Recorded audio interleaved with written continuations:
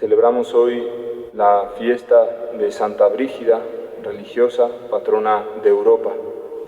Santa Brígida era madre de 7 hijos y después ya entra como terciaria franciscana, en la tercera orden de los franciscanos. Y lo digo porque nosotros tenemos esa mentalidad de que los santos son solamente los religiosos o los sacerdotes. Y en estos días, pues, unos jóvenes me preguntaban, bueno, ¿y hay algún santo que sea madre? ¿Hay una santa que sea madre o un padre de familia? Pues hoy tenemos ese regalo de tener a Santa Brígida, madre de 7 hijos, y que ha recibido la gracia de santificarse allí donde el Señor la había puesto, ¿no? También realizaba muchas obras de caridad. Y puntualmente en el estado de vida matrimonial, veo que el Evangelio también habla sobre este estado de vida, porque en el Evangelio se habla de dar fruto abundante, incluso que Dios Padre recibe gloria cuando nosotros damos fruto abundante. O también nos decía que el Señor podaba el sarmiento para que dé más fruto. Por tanto, el Señor quiere que demos fruto. Y si nos ponemos a ver en la realidad del fruto, el fruto tiene en sí la semilla, para que cuando caiga a la tierra y esa semilla muera, pues comience a dar otra planta. Por tanto, el fruto ha sido hecho por el Señor para que esa especie, esa planta, pueda permanecer a lo largo de las generaciones. ¿Sí? No solamente permanecer, dar vida para otra planta, sino para que esa especie se mantenga a lo largo del tiempo. Cuando esos frutos no tienen esa capacidad de dar vida, que son los frutos híbridos, entonces la especie ya termina allí, ¿no? Y a la vez Dios ha querido dar las plantas para que dieran fruto, pero también para alimento del hombre. Por tanto, el hombre también, al se alimenta del fruto, conserva la vida por el alimento que está recibiendo, pero también recibe como medicina, ¿no? Hay frutos, plantas que son medicinales, pues también dan la salud para el hombre, ¿no? Pero veo que eso habla del estado de vida matrimonial, porque el Señor quiere que un padre y una madre de familia den fruto, pero dar fruto no es solamente dar la vida a los hijos, sino que darle fruto es darle esa vida eterna. Y solamente cuando dan la vida eterna, solamente cuando permanecen en el Señor y dan fruto abundante, es cuando la familia permanece, ¿sí? Una familia que no está unida al Señor y por tanto la palabra de Dios no es el alimento constante, como nos dice hoy el Señor: si guardáis mis palabras, permaneceréis. Como nos dice el Señor: si guardáis mis palabras, permaneceréis en vosotros, permaneceréis en mi amor. Y lo dice también, dice: si permanecéis en mí, mis palabras permanecen en vosotros, pedid lo que deseáis y se realizará. Entonces, cuando permanece la palabra del Señor en una familia, en un matrimonio, hace que sus hijos reciban vida eterna, la vida del Señor. Entonces esos hijos, cuando vayan a constituir otra familia, si es la vocación a la que Dios les llama, pues constituirán una familia que está sostenida, que va a permanecer unida.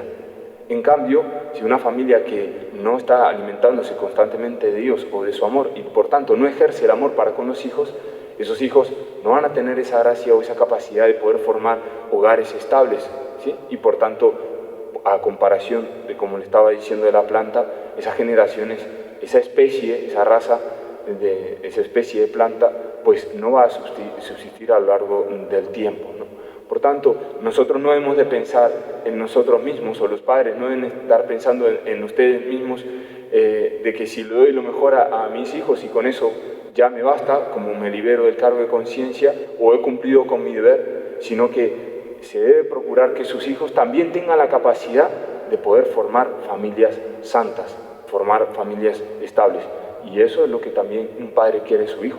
No va a querer que su hijo forme una familia y que su familia se divida, porque también el padre va a sufrir cuando sucedan esas cosas. Entonces, veo que también el Señor, a la vez que nos habla de dar fruto, para poder que otros den fruto, nos habla y nos dice cómo realizarlo, ¿no? Es guardando su palabra, es permaneciendo en la voluntad de Dios, es estar unidos a la vid. Y cuando yo estoy unido a la vid, un sarmiento está unido a la vid, recibe todo. Como lo decía San Pablo, lo decía, ¿no? Es que es Cristo quien vive en mí. Entonces el sarmiento unido a la vid recibe todo, no rechaza nada de Dios. Un corazón abierto que está constantemente acogiendo del Señor es acoger la vida del Señor. Y nosotros no debemos resistirnos a Él, no debemos oponernos ni mostrar resistencia a su voluntad. Y sin embargo también dice que tanto a los que dan fruto como a los que no dan fruto, los poda. Y eso es algo que nosotros debemos guardar, porque en muchos momentos de nuestra vida el Señor nos va a estar podando, nos va a estar quitando cosas, ramas que son buenas, cosas que son buenas, serán bienes materiales o bienes espirituales, nos quitará posibilidades de trabajo, posibilidades en nuestra vida de tener esto o de tener lo otro, de hacer este servicio, de hacer lo otro. El Señor nos quitará la posibilidad y nosotros incluso ni lo entenderemos. ¿Por qué se cortaría una rama que está verde y que va a dar fruto? Eso se llama podar, una rama que va a dar fruto y que tiene la capacidad de dar fruto y que está verde, no está muerta. Eso se llama podar.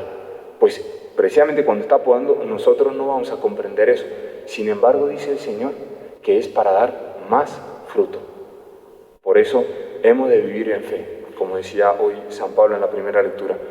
La vida, y dice, y mi vida de ahora en la carne, la vivo en la fe del Hijo de Dios. El Señor sabe por qué caminos nos lleva, sabe por dónde Él quiere conducirnos, pero hemos de acogerlos, hemos de recibir esa vida o esa voluntad con alegría, confiando en que Él quiere mi bien, quiere mi vida. Y así como el Señor nos mostraba que Él quiere podarnos, también nos muestra lo de los frutos, ¿no? Nosotros estamos llamados a no solo dar frutos para esta vida, sino fruto de vida eterna, que es la vida que el Señor nos da. Nosotros somos alimento para otros, pero ¿de qué nos serviría alimentar a otros cuando van a morir? De nada. En cambio, el alimento que el Señor quiere de nosotros es un alimento de vida eterna. Por tanto, es el alimento del Señor, en Jesucristo, en la Eucaristía. Pero hemos nosotros de vivir y ser ese alimento constantemente, lo que implica que nosotros nos estemos expropiando de nosotros mismos, ¿no? Entregando al Señor aquello muchas veces que más nos cuesta, otras veces lo que más nos gusta, pero acogiendo al Señor lo que nos da para que podamos darles a otros la vida que el mundo está necesitando, el amor del Señor. Pues te damos gracias, Señor, porque nos has llamado, nos has escogido y has querido que estuviéramos unidos a ti. Concédenos la gracia de permanecer. Así como tú nos has creado y nos has dado la vida, concédenos la gracia de mantener esa vida hasta el final de los tiempos para poder gozar también de la vida eterna en el reino de los cielos. Madre Santa, Madre de la Eucaristía, a ti te pedimos esa gracia. Gloria al Padre y al Hijo y al Espíritu Santo.